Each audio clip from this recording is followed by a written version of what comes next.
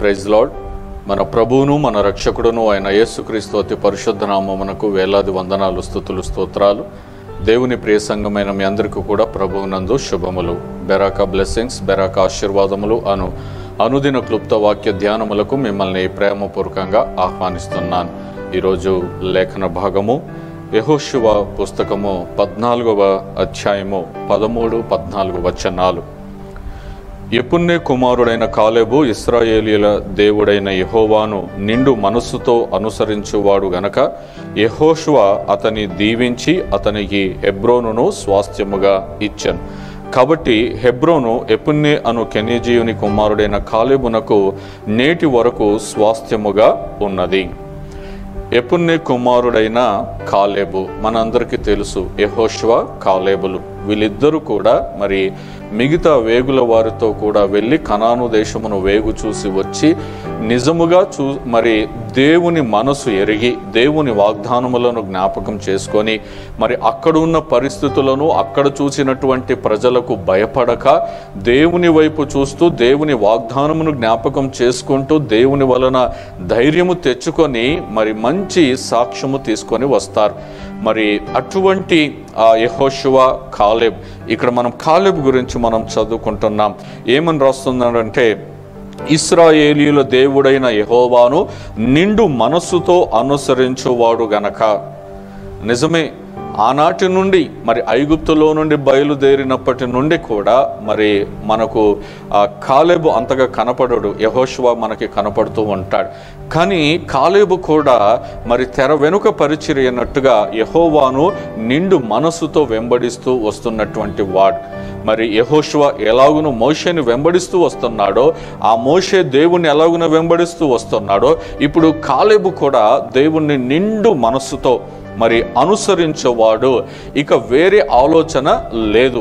ఏదైనా సరే దేవుడు ఎలాగున చెబితే అలాగున చేసేటువంటి మనస్తత్వం కలిగినటువంటి వాడు కాలేబ్.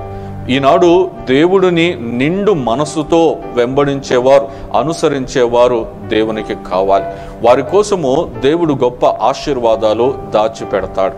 ఇక్కడ చూడండి, కాలేబుకి దేవుడు ఏమిస్తున్నాడు యెహోషువ ద్వారా అనంటే, యెహోషువ అతన్ని దీవించి అతనికి హెబ్రోనును స్వాస్థ్యముగా ఇచ్చెను.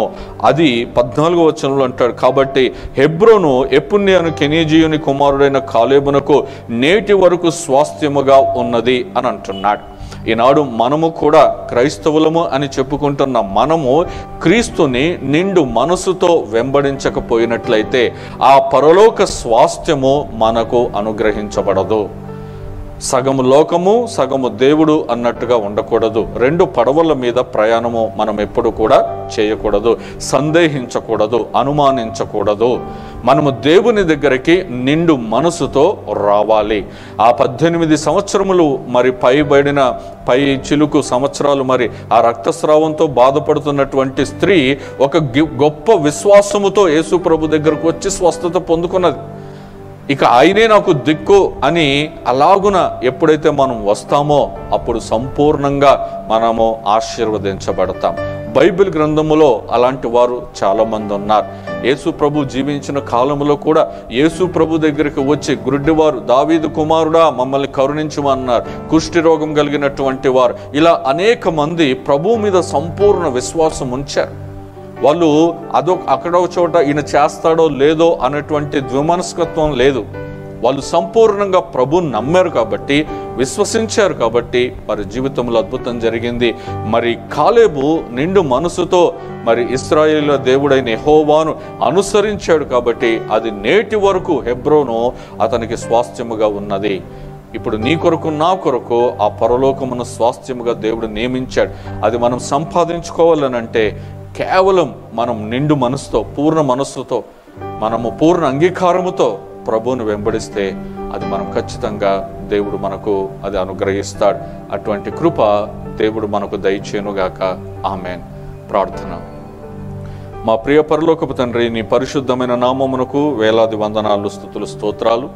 ఈ ఉదయకాల సమయంలో యెఫున్నె కుమారుడైన నా తండ్రి కాలేబును మీరు మా ముందర పెట్టి అతడు నేను నిండు మనసుతో ఎలాగున అనుసరించి హెబ్రోనును స్వాస్థ్యముగా పొందుకున్నాడు. అది నేటి వరకు ఎలాగున నిలిచి ఉందో మాకు చూపించారు.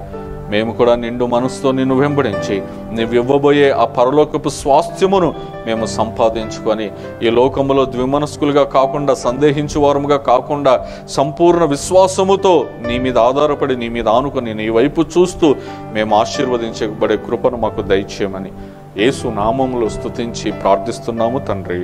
ఆమేన్. Praise the lord.